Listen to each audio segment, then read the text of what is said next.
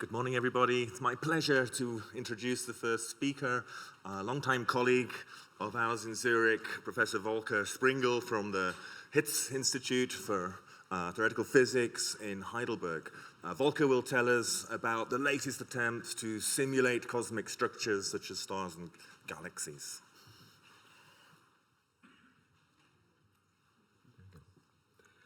Yeah, good morning, and thanks for having me here today. It's a real pleasure at this very interesting conference to talk to you a little bit about the work in computational cosmology that features prominently in astrophysics. And as you all know, I think astrophysics is one of the fields where we increasingly rely on computing and high-performance computing because we can't do experiments in the lab.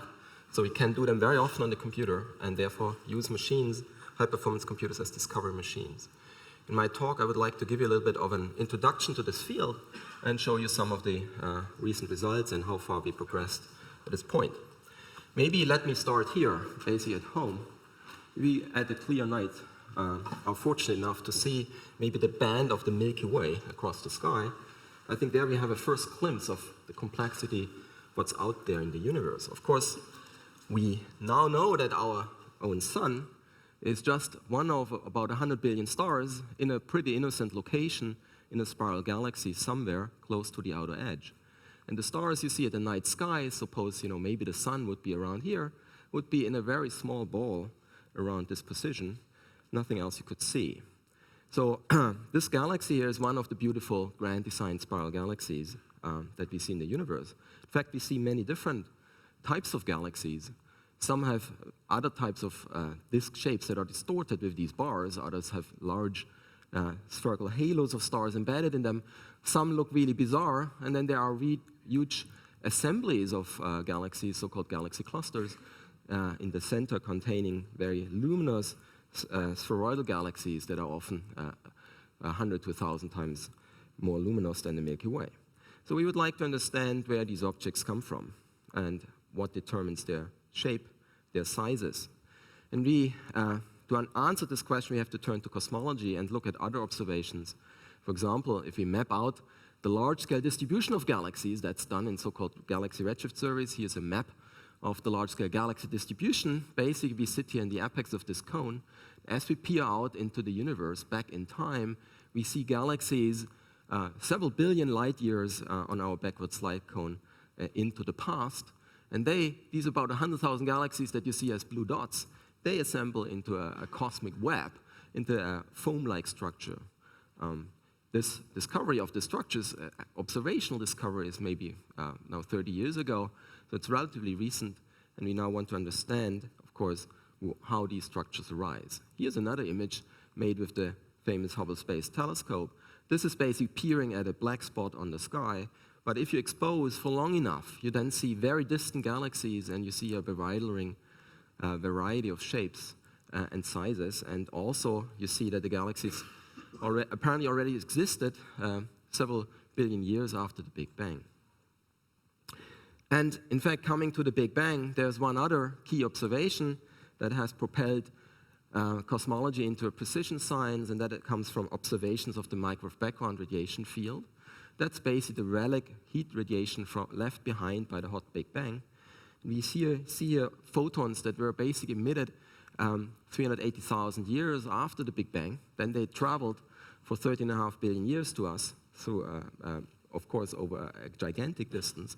But they now tell us how the universe looked like back then, how it was when it was a baby universe, so to speak. And this map basically is an amplified visualization of the temperature fluctuation that existed back then. They were tiny, 1 part in 10 to the 4. So these tiny ripples here tell us that the universe was featureless, almost featureless. Only tiny perturbations existed. In fact, we think that they come out of quantum fluctuations seeded in a very early phase, and then basically amplified by a process called inflation to macroscopic scales. But these are then the seeds, we think, of cosmic structure that you see here. These seeds are tiny, and they come in character sizes. If you statistically analyze this map, you actually discover that it is a treasure chest of cosmological information. From this, we have inferred key numbers like the mean density of the universe, its age, its expansion rate.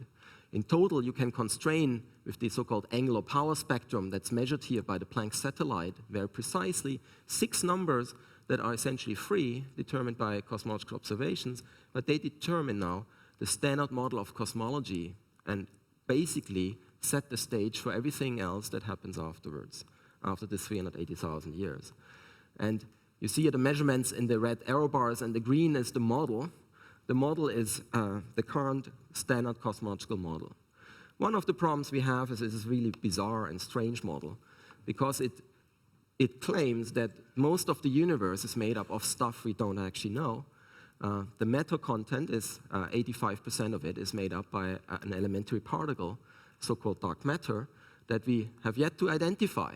And it's dominating, and this is this light blue part here, it's dominating the matter content, but not even dominating the total energy content today. That's in this the pie diagram here. 75%, 3/4 is made up by dark energy, something that can be possibly a cosmological constant introduced by Albert Einstein for a while dismissed as its greatest blunder. But actually, the standard model of cosmology uses such a cosmological constant, and it uses it to actually close space-time and account for much of the energy density. And then you see these colorful slivers here. These are the ordinary baryons, helium, hydrogen gas, cooked in the Big Bang nucleosynthesis, in the hot Big Bang. And then out of that stuff, we make stars, and we make planets, and we make us. Of course, our own atoms are first processed in stars for the most part.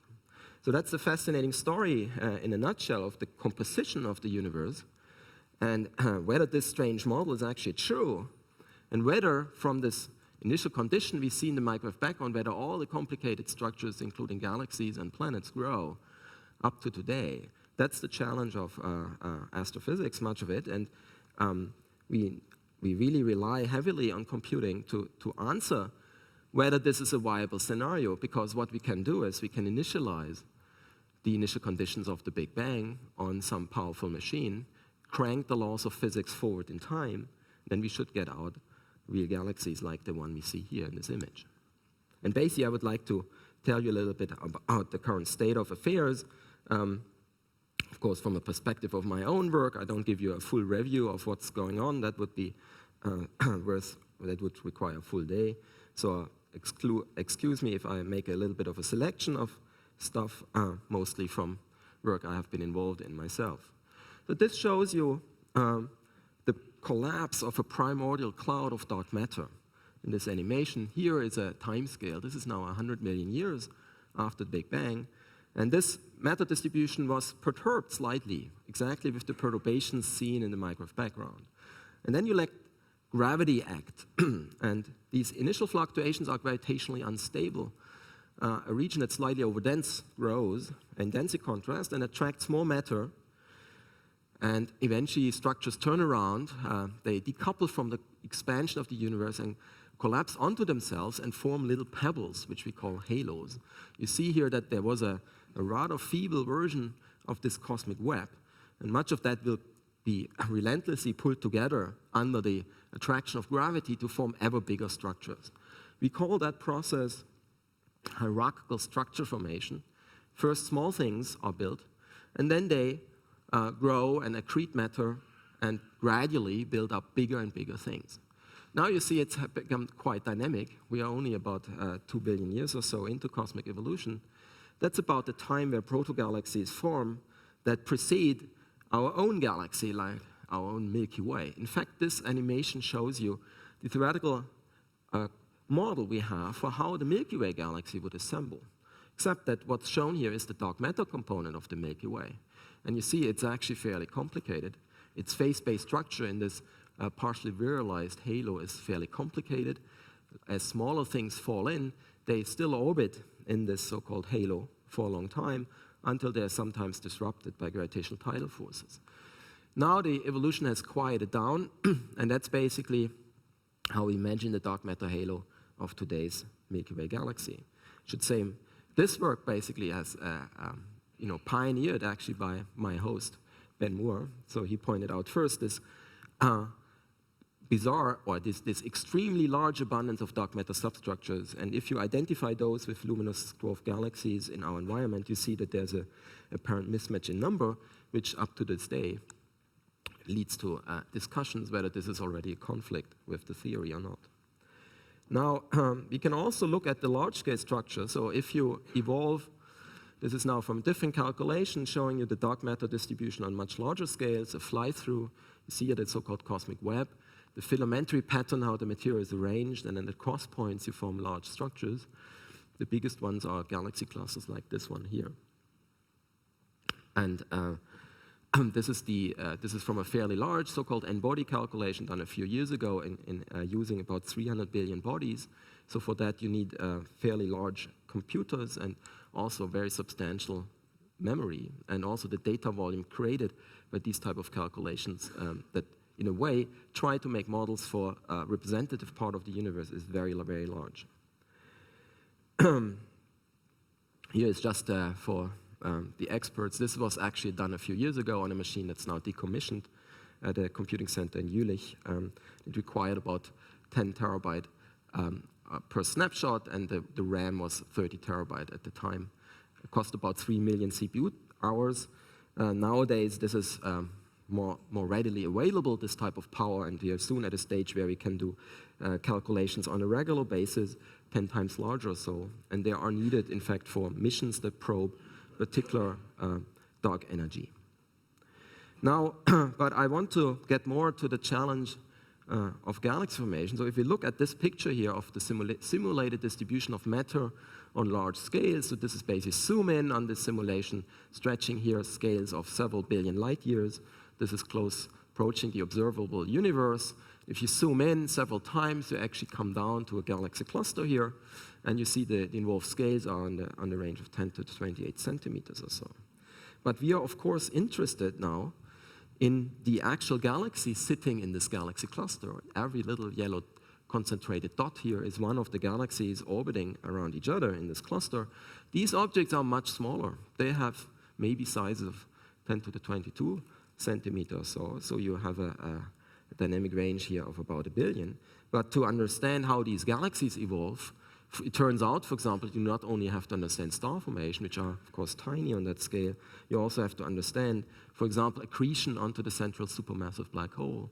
And the accretion region and accretion flow that you have to study and resolve is maybe of the size of 10 to the 15 centimeter. Not only the length scales vary dramatically, but also the time scales. And the crux is that the physics, the flows here, they couple back to what happens on very large scales. In particular, we think, for example, that these tiny black holes, they actually influence the shape and the appearance of the whole galaxy. So there is a coupling of scales. This is a multi-physics, multi-scale problem that is very hard. So what does it take then to make galaxies on a computer? You need initial conditions, and we are fortunate here that these are basically tied down precisely, so there is really hardly much freedom left, except if you go to exotic cosmologies that's explored sometimes. Are the laws of gravity different from Einstein's theory of relativity? Then you can entertain changes here as well. But within the standard cosmological model, everything's tied down. So we know the composition as well of the universe, its material content.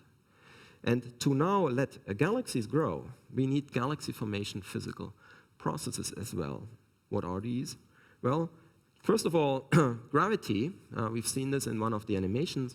Gravity is responsible for the hierarchical growth of dark matter halo, and because dark matter is dominating the mass, 85% is made of it, it dominates the gravitational forces too. So it's really the driver of the structure growth process, and the baryons, the ordinary atoms, they sit basically as a bystander at some level. So hydrodynamics, which is needed to follow the flows of baryons, helium and hydrogen gas, is the second most important process. And these hydrodynamical processes need to be complemented with radiative cooling and heating processes. So this is a difference to the cold dark matter particles. They interact only the gravitational field. Helium and hydrogen gases, they also feel gravity, but they undergo shocks and turbulence, and they undergo radiative cooling processes. For example, they can emit X-ray radiation. That allows them to release their pressure and collapse under gravity much further than the dark matter does, to become very dense. So dense, then, in fact, you would assume star formation to ensue. Once you have star formation, the stars will evolve. They die, explode, and return processed elements. That's certainly good for us. For example, we're made from them, and planets are made from them. But these metals affect very strongly also the radiative cooling process, and hence back react on how gas fragments and form stars. And the supernova explosions themselves, they they of course deposit a lot of energy. This energy will heat gas, will try to counteract this cooling and regulate star formation in some way that is not very well understood in detail to this point. And I mentioned already black holes. We know every galaxy in the center is a supermassive black hole. That is a very interesting fact. Our own galaxy is a 3.5 million solar mass black hole in its center.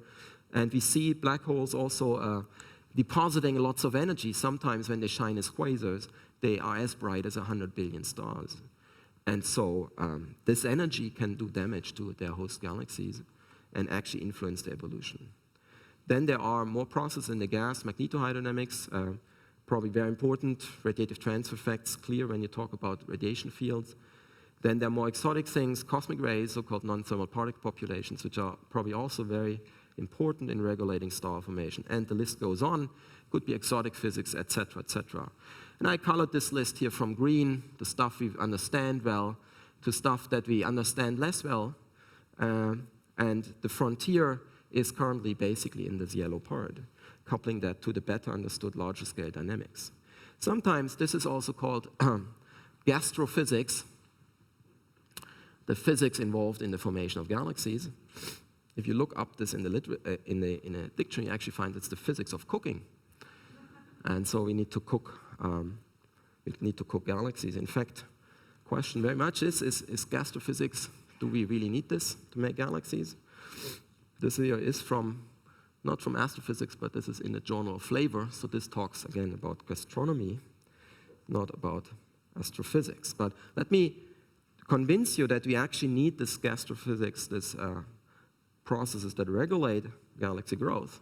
And the problem, this is basically the key problem that we have in this field, is how to understand that these two functions have a different shape. So what are these? So the left function here, that's the so-called luminosity function of galaxies.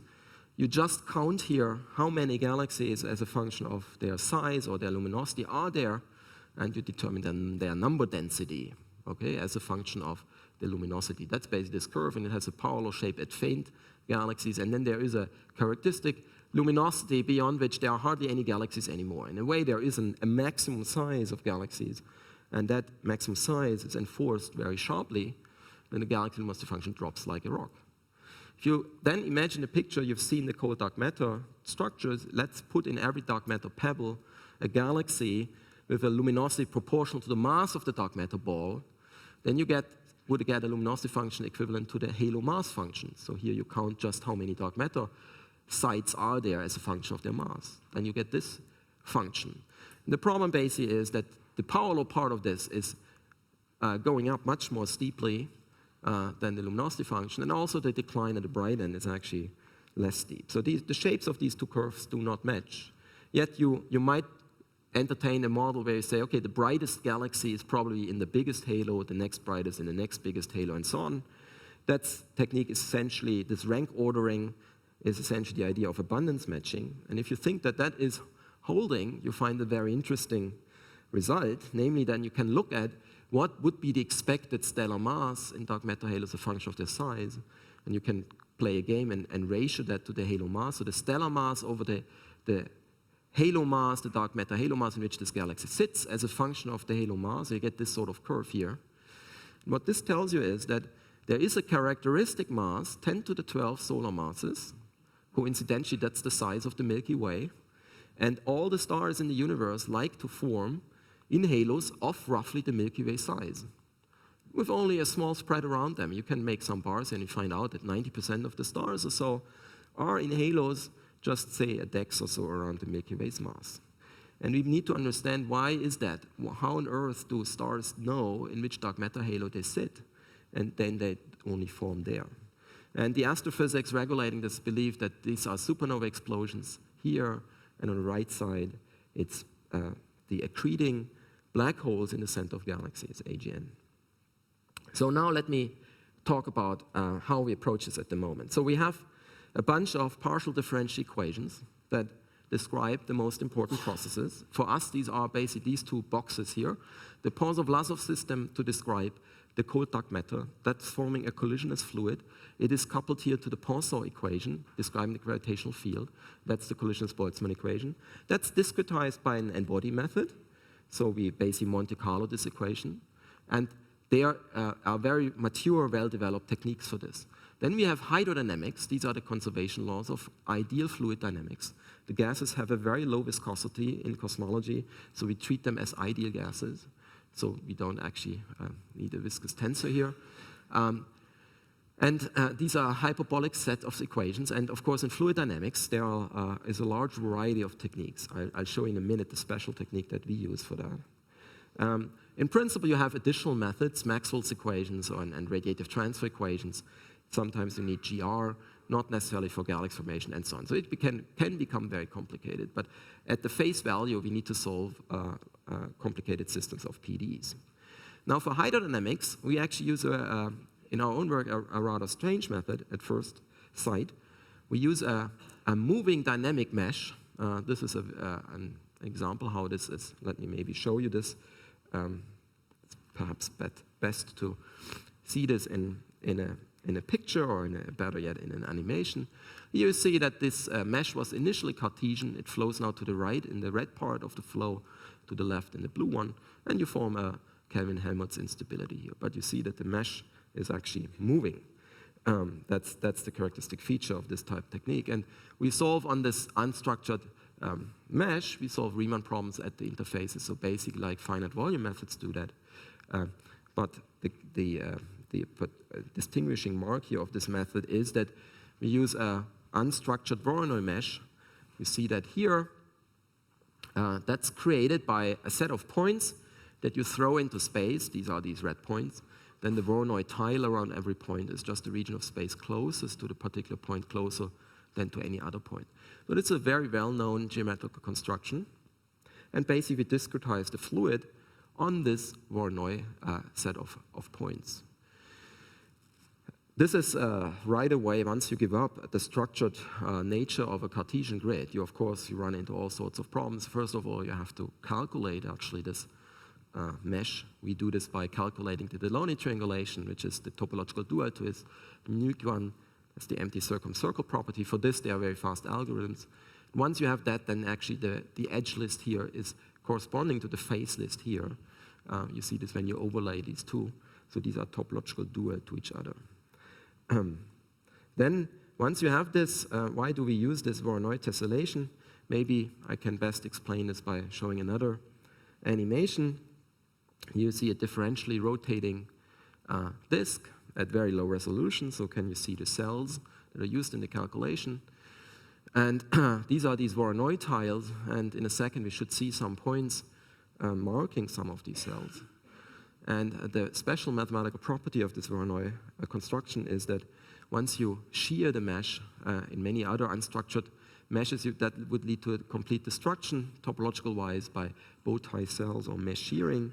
This doesn't happen for a Voronoi mesh because as two cells are sheared apart, the interface between them shrinks to a zero area, and at that moment you basically change to a new neighbor and you grow there a phase from zero area to a finite value again. This is basically what you see with these points that were initially close to each other, direct neighbors, but then they are sheared apart without destroying basically the topology of this mesh.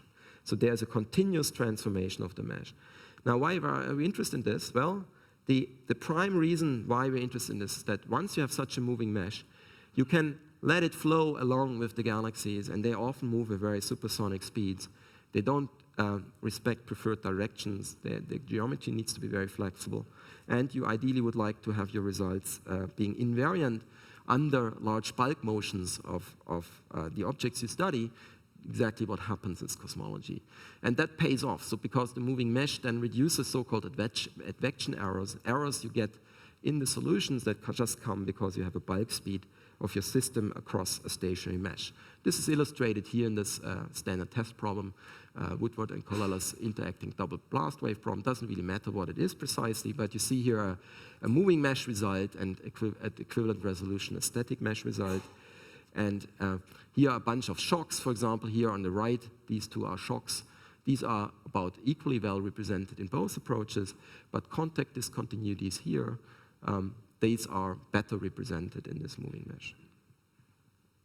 In principle, this would also be an interesting technique, possibly outside of astrophysics. For example, it can be used to represent moving boundary conditions or the boundary conditions that change their shape on the fly. You can do this, for example, by just special set of points. Here in this banana, for example, the red and blue dots, they mark a wall that's impermissible. And if you now draw this wall through two phases of a fluid, you can, for example, steer motion here.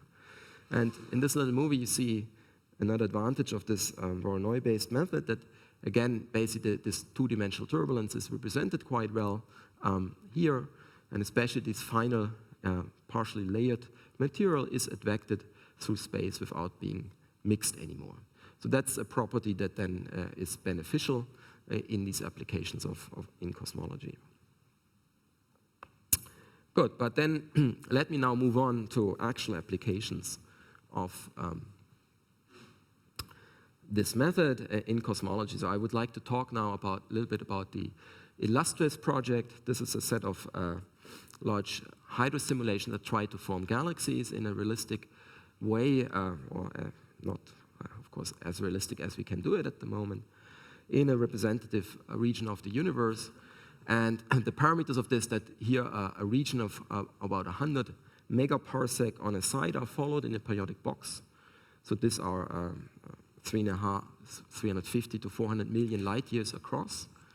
And then you fill this with about 6 billion hydrodynamical cells and 6 billion dark matter particles and 6 billion tracer particles that is needed to understand the flow structures on the mesh. And the resolution is about 50 parsec here. The Mayan simulation that I'll show you took about 16 million CPU hours. And this project involved a large group of people here from Heidelberg, from MIT, Harvard, and Cambridge, as well from Space Telescope Science Institute in Baltimore. So here is a kind of a PR slide, poster for this simulation that shows a little bit what you can do. First of all, and show you this in a minute, also in some movies. First of all, you get, of course, out the dark matter, which needs to be simulated. Like in the dark matter-only simulation, you get large scale structure and rich substructure inside individual halos. But now that you have the baryons, you can zoom in, try to discover stellar objects inside the centers of these dark matter halos, and they should then be galaxies like the ones we see. You can also observe the diffuse gas in between the stars, in between the galaxies. That's very important because there are lots of observational probes. For example, with X-ray telescopes, you see the hot plasma sitting in the dark matter halos, typically with a temperature of 10 to the 7 Kelvin or so. So it's a very diffuse, highly ionized plasma that emits X-rays that's regularly observed. This you can predict with these simulations. You can also then see the shadows they cast on the microwave background radiation, so-called Sunyaev-Seldovich effect, and you can study the interstellar metal distribution. Now let's take a look how this pans out in this little zoom movie. So here you see the dark matter distribution on large scales, and we zoom in now in some part of the simulation. And now that we have the baryons in, we can look, for example, at the gas temperature field, giving vastly different impression, of course, than how the dark matter is distributed. We can also look at other physical properties.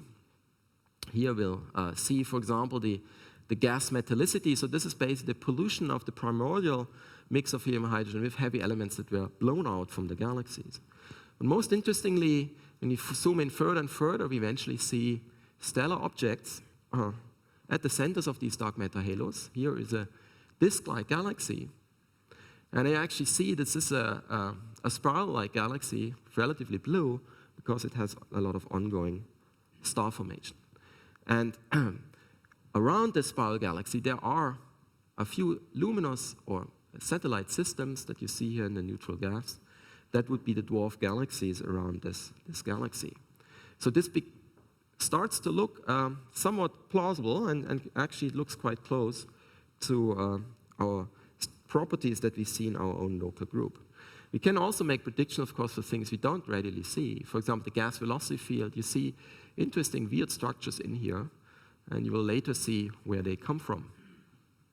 Compared to this irregularity in the velocity field of the baryons, the dark matter structure almost looks like very cute and regular and neat. The baryons, they are suffering many more physical processes. That's why this is quite different. So this calculation back in 2015 was the largest of this type of hydrodynamic simulation run to redshift 0, but there are already competing projects, the Eagle one, and this record will last probably only for a year or so, and then other competing groups or we in our next effort will try to do a better job. And interesting, you see that the sizes of these cosmological simulations, they keep growing exponentially. Of course, this is sort of one impression of Moore's law. The calculations become also more challenging in physics-wise, and actually their cost scales faster than just with the particle number. So there is also algorithmic improvement that has to be factored in, as well as larger degrees of parallelization. The pure n-body runs are even larger. They are offset by this by about almost two decks in size, right? They are 10 to 100 times bigger than these more complex hydro simulations. This Elastis simulation, by the way, was executed on Curie. About half of it. Then not our time ran out, but the 12 months ran out, and then we fortunately had the chance to continue this on SuperMOOC in Garching and finish it off there with a grant from the Gauss Center for Supercomputing. Maybe, because so nice, let me also show another visualization from a tiny region of the calculation, showing now the time evolution of structure. What you see here initially, it's a little bit, maybe a little bit dark, but you see the dark matter structures growing in time. It's kind of a slower process, but if you look closely, you see how structures are assembled and by this attraction through gravity. And for the dark matter, there's really, this is a one-way street mostly. Material falls in, and the structures grow in time. But now we'll see the second, the dynamics in the baryon sector that should be coming up anytime soon. The baryons do something much more complicated. They in particular, they not only keep falling into the dark matter halos, now we see here the baryons, but they sometimes also come out.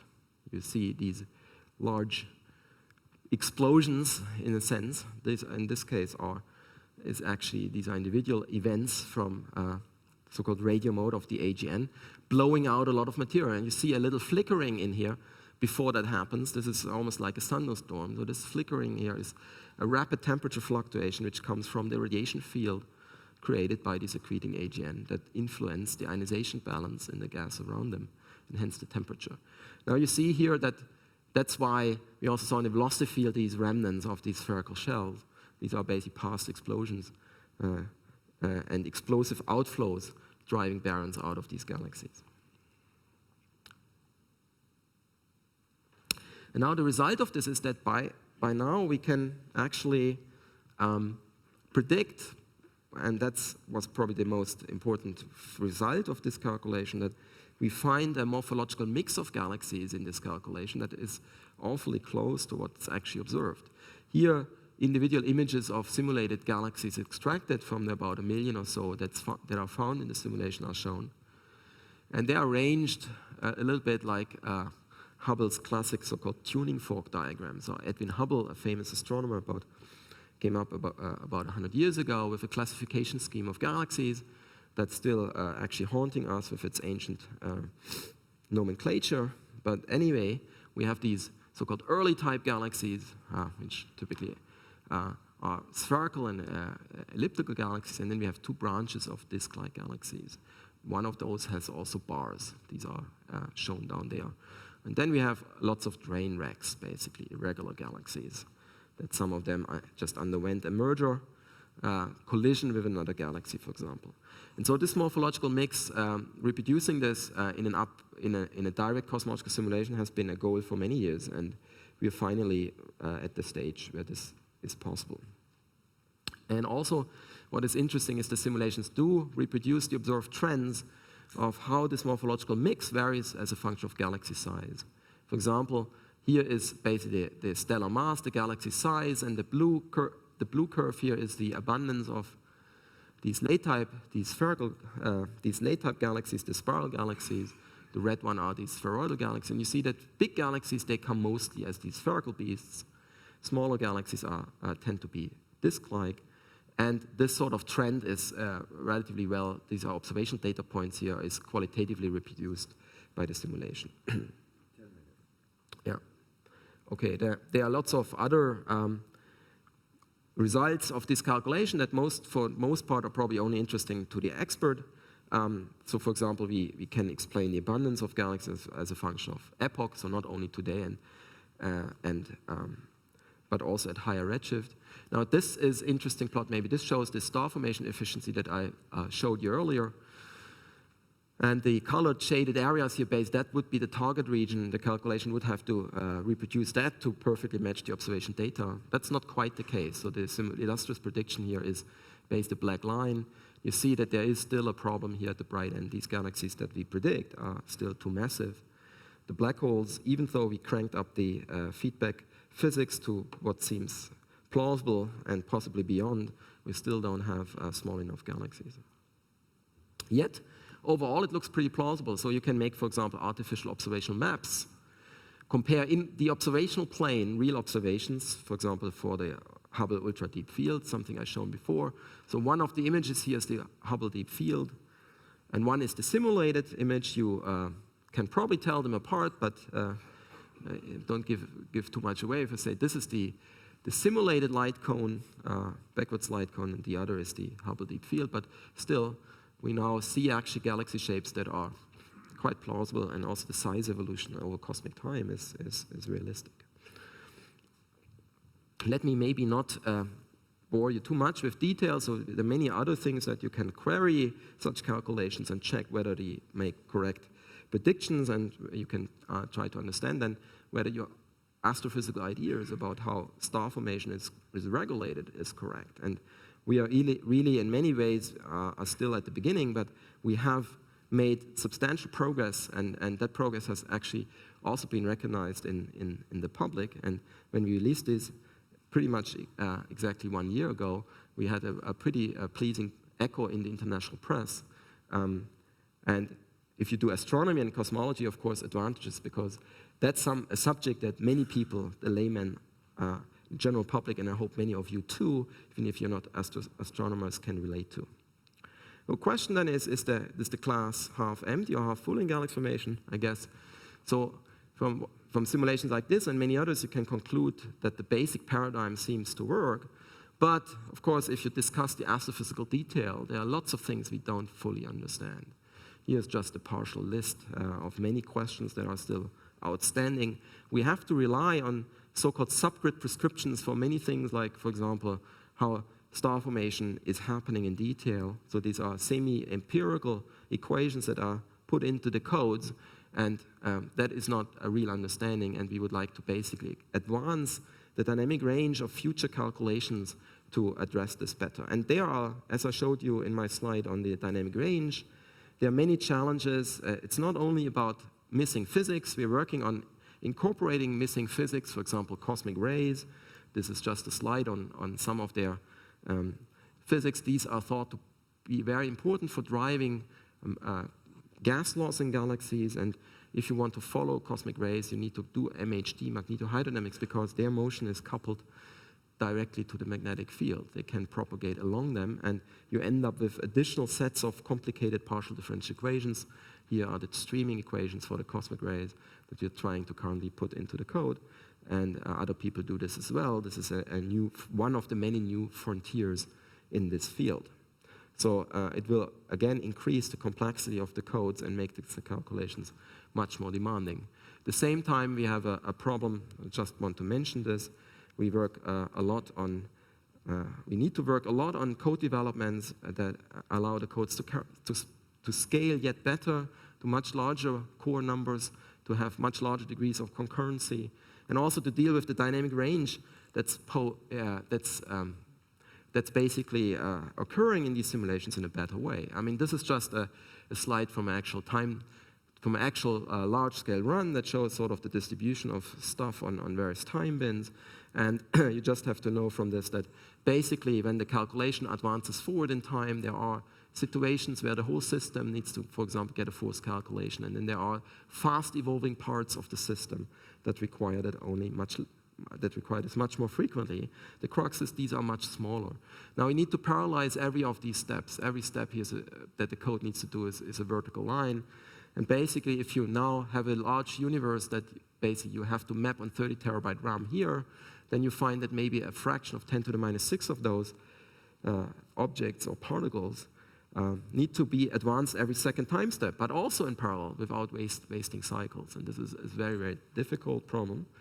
And we are working on, or we have developed, I think I don't have the time to explain this in detail. We have, for example, developed a new hierarchical split scheme that allows us to very efficiently decouple the dynamics of a fast-evolving system from the more slowly evolving, less dense system. And this way, we can stretch basically the dynamic range that we can still efficiently evolve on current supercomputers. Yeah, let me maybe then summarize what I've tried to show you. So I argued initially that the uncertainty in cosmological parameters, there is still one, and that's a field on its own right, but it's not a significant uncertainty as far as the physics of galaxy formation is concerned. So we are now we are basically freed from that concern, and we can try to see what the standard CDM cosmology, cold dark matter with a cosmological constant, what it predicts. And here the hydrodynamical simulations that have been done in the last years, they start to be successful. So now it's becoming possible to form Milky Way lookalike galaxies. And the morphology of these disk systems, the stellar masses, they come right out for the first time. This actually has been a significant impasse in the field. And in my own PhD, some more than 15 years ago, I tried to have a success there, and I failed, like many of my contemporaries. But nowadays, we finally, through invocation of more advanced techniques and more physical feedback process, we can solve that. I would also argue that these cosmological simulations are computationally extremely demanding. I think that's because they are a multi-physics problem and a multi-scale problem par excellence. And we always will be limited by some small scales, and it's very much the question how much we can push this down from the top and how much we can come up from the very small scale work that's also going on. And also, one other message is that the feedback processes, so supernova explosions and black hole accretion, they play an important role, an overwhelmingly important role in galaxy formation. Yet, we invoke this already in our calculations, but we still are pretty ignorant about many of the details. So don't be blinded by this success, please. Thanks.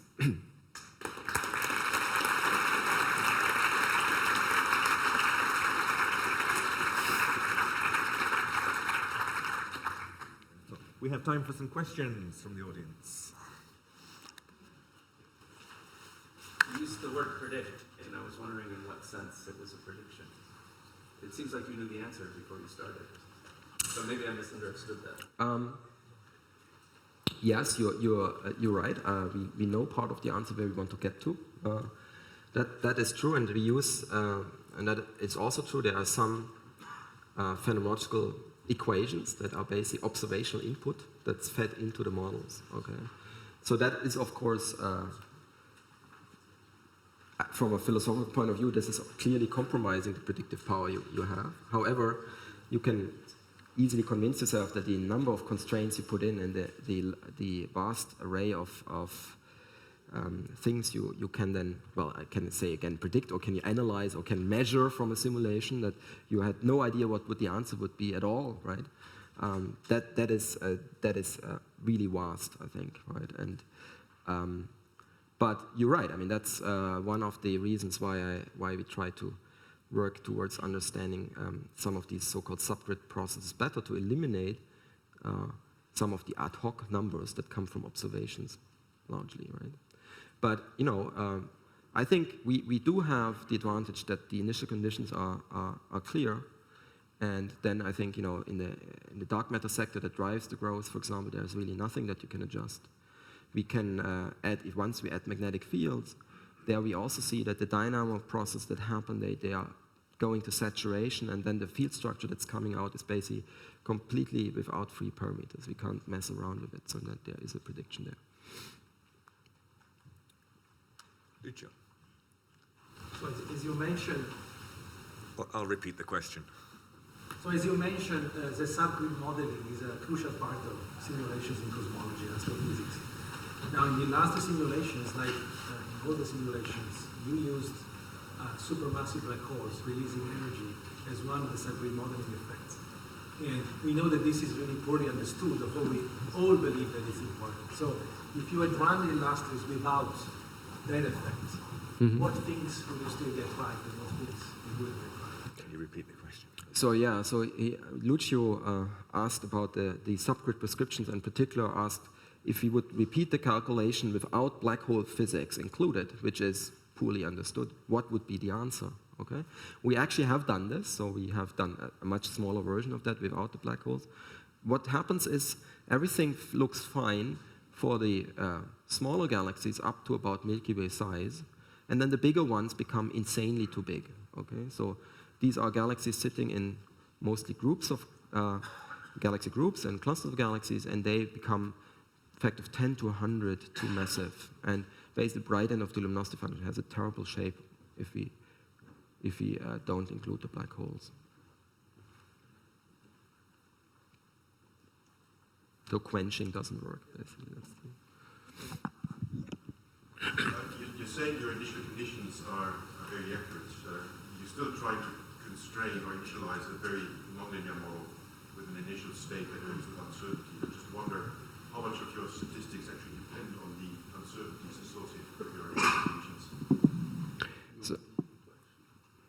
So yeah, he pointed out that we are initializing a very nonlinear dynamics with some initial state, and probably the outcome will depend on uncertainties in this initial state. Might be quite sensitive to it. So what actually is initialized is the precise initial conditions is still a statistical statement. So what we know is the statistics of these fluctuations. It's a Gaussian random field. It's basically a white noise field that's convolved with a certain power spectrum. That is, but that you initialize with drawing random numbers. Okay, you basically throw the dice. Essentially, make a random realization of that statistics, which is perfectly accurate as far as you can randomly realize a distribution function, basically. So there is, in that sense, no uncertainty. And then you run it forward in time. Of course, if you perturb, this is a very nonlinear system. If the individual dark matter particle, for example, if you perturb it slightly differently in the beginning, it will end up at a different place. But the statistics of the structures you form will not be affected by this at all. Okay, so that's a rather interesting phenomenon that, despite the sensitivity you have, for example, you have chaotic motions, chaotic dynamics in all the individual trajectories of dark matter particles because of the high nonlinearity. But the systems that you form are extremely robust and stable. And they always form then in the same size distribution, the same radial density profile. So basically, individual dark matter particle becomes meaningless, and that calculation will also change if you change your time-stepping scheme and so on. It might end up on the other side of the galaxy, but the galaxy will look the same. Okay, there's no uncertainty from that. And there was another question. Well, first of all, thanks. This was a very fascinating talk. One question coming from a different community. I wonder how this community works. Do you work with proprietary codes, or do you work with open source codes? Do you share like domain-specific libraries? Do you talk with fluid dynamicists and so on? Just wanted to know an overview. Yeah, so there has been, in the very past, it was mostly proprietary codes, but since the last 10, there are a number of community or public codes. Roman Tessier, who is here in the audience, is a very important code that's used by a huge community, Ramses. I wrote once a code called Gadget that's made public. Unfortunately, the code that I've shown here is still proprietary. So, and I think for reasons of good scientific conduct or openness, the code should be made public. So I'm working towards also making my new code public eventually. But at the moment, it's only shared with a large group of collaborators. But in general, there is a spirit of exchanging codes, also code comparisons, because it's of course difficult to validate codes. And so one practical way out is that you try to compare different codes and the outcome on the same initial conditions, what they predict, and they hedge the uncertainty that way. So that is done. Increasingly, there is a motion towards working with other communities, applied math people and computer scientists. But until a few years ago, I think this was rather underdeveloped, and we as astrophysics and cosmologists have mostly talked to each other only, but that has a bit changed, and there are more efforts now to have multidisciplinary consortia to working on these codes.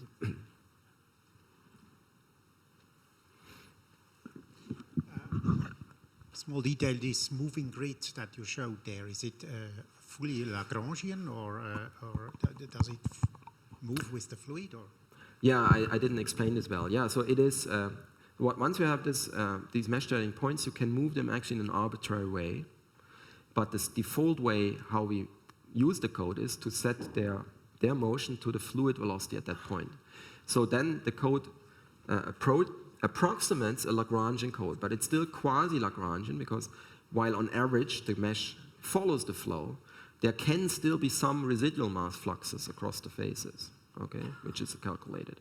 So there's still some mass exchange, whatever the Riemann-Solver dictates, but basically in the frame of the moving mesh.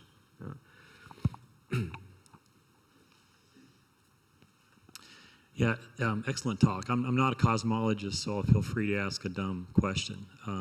About dark matter.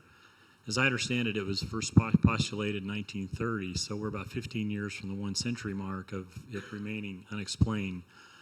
Is it made up of undiscovered subatomic particles, or is it not there? Is it really gravitational force not quite right? So what's your view of that situation, and how will your research help resolve it? Do you think it's going to be resolvable in your career? I hope so. That's the short answer. So I think you're right. I mean, the dark matter puzzle is old by now. You know, it was already Fritz Zwicky, actually Swiss astronomer, who first proposed that, right? And this is, I think, one of the huge goals now in physics, also particle physics. Of course, obviously, a point where particle physics and astrophysics cosmology meet. And there are efforts at the LHC, you know, to make these particles even. And many particle physicists call the current epoch the decade of the WIMP. The WIMP is a weakly interactive massive particle, it's the default candidate. And now the experimental searches for that particle are really constraining the parameter space and eating into it heavily. And these people argue that if we don't find anything in the next 5 years or so, then this very idea of a WIMP might become under severe scrutiny, and we might have to start from scratch, you know. And so there is still room for possibly alternative theories of gravity that do it differently. There is axions, another type of particle, are coming into play. But I think the experimental searches, the sensitivity gains made are enormous, and there are also hopes to find them indirectly through the gamma radiation that's sometimes emitted by them. And so, yes, I'm very confident in the next 5 to 10 years there will be an answer maybe to this. The dark energy is there. I'm really pessimistic that I will probably not see over my career the answer. One or two more questions. One. Nope. Okay. Well, also for my part, thank you very much for this fascinating talk. You mentioned the importance of the different scales coupling, and at some point you have to cut off at the smallest scales, and you pointed out that this is one of the next steps, is to look at go down as far as star formation. As you move forward in that direction, what what are the most important contributions that you need? Are they more on the algorithmic side, or I will come back with the second question also on the computer side. But is it more algorithmic? Is it more software development? I think it's software development. We have a mismatch there. The machines are so powerful, and very few of my colleagues, including myself, are able to exploit their full power yet, because of problems in parallelizing some methods, etc., and also because of lack of manpower, of people who actually understand the codes well enough to push them further, push the envelope further. And so I think we're not limited by lack of observational data or anything. We know what we would like to calculate, but we're not able to because we don't have the codes for it, because they are incredibly complex beasts, and the training is often not good enough of the physics graduate students to push the codes further by a very significant factor. Right? Part two of the question. Yeah, because you showed two computers, Curie and Supermove. Yeah. And from an architectural point of view, those are more like, I would say, on the old side. Yes. Yeah. And we know they're old and easy to use. I always get criticized for being a bit too aggressive. But we know, as we look forward, that this is going to drastically change. So do you have a plan, or can you tell us about the plan that you have to deal with this problem? Because I'm sure there's a lot of people in here who have to deal with the same problem. Certainly I do have a plan, and I also tell my colleagues at occasions like this, look, we have to step our efforts in embracing the new technologies, from GPU computing, many core computing, and low energy methods, etc. Right? So I mean, you have to worry now about failure-proof methods and so on, right? If you scale up further. So what we are doing is, we are working hard on making our code. We have now one version that is at least fully hybrid parallelized. This is really the basics. What you have to do, OpenMP and MPI. At the moment, we have a GPU acceleration for gravity. There is more room to offload. We have a scheme where we offload radiation transfer to GPUs and do the rest of the calculation on the host system, right? So that we can better work with hybrid machines. So we are having efforts in this direction, and a lot of it is working. And we are, of course, unfortunately, what we often learn too late is where the technology is really going, right? So, and when we then, in my community, when we then adjust to, so for example, in the US, there was the Roadrunner machine. There was a group that adjusted their code to it, and then they ran for a while, and then it died out, and so on. So that's a risk that many graduate students don't want to take, right? And then they're often very conservative in what they want to develop, if in a regime of a rapidly changing technological landscape. So I think it's very challenging for us, but we certainly are aware of that we will not always have simple to use many just normal Intel process, nothing else, right? And that is not where the most powerful machines are going. And if we dream about exascale, then we would have to do some radical effort, or we have to intensify, I think, our efforts in changing our codes to embrace these architectures. On the other hand, our problem is maybe not the one that is able to do exascale at all, right? Because we are too tightly coupled, need to communicate too much, etc. Right? So so gravity is our enemy, really.